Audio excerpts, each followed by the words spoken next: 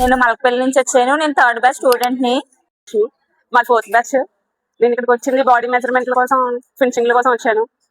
Maximum అన్ని నేను first madam దగ్గరికి వచ్చాను నేర్చుకోవడానికి. పెద్దగా ఇంట్రెస్ట్ పెట్టట్లేదేమో, వచ్చి కదా కుట్టేసి వచ్చేస్తున్నాం అనుకున్నాను. కొన్ని రోజులు ఒక 25 days అయిపోయాక మాలం మేము క్లోజ్ అయ్యాము. అప్పుడు తెలిసింది తనకి రాదు, కానీ మేడం చెప్పేది ప్రతిదీ పిన్ టు పిన్ పట్టుకుంటా తను.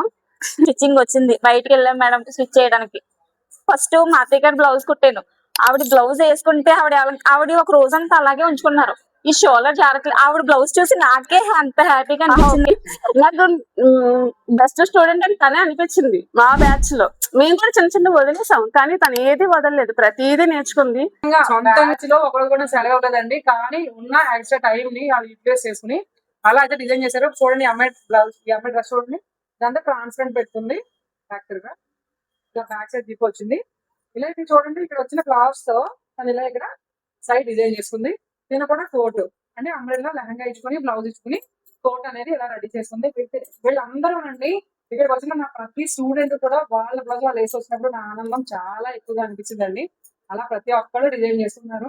1 by 1 చూడండి.